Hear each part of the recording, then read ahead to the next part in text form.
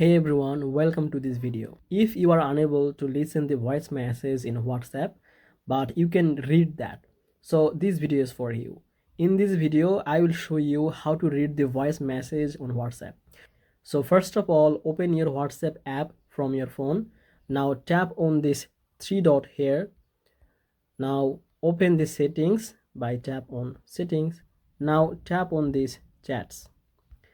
From here, make sure that these settings or this option voice message transcript is enabled. Now open the chat, which one you want to read. Let's say I want to read this voice message.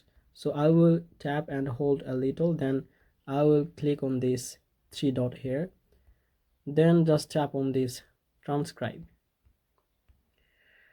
And it will transcribe. If you see it's showing unavailable, then just tap on this text and click here change language and set the right language to see the voice message in text form.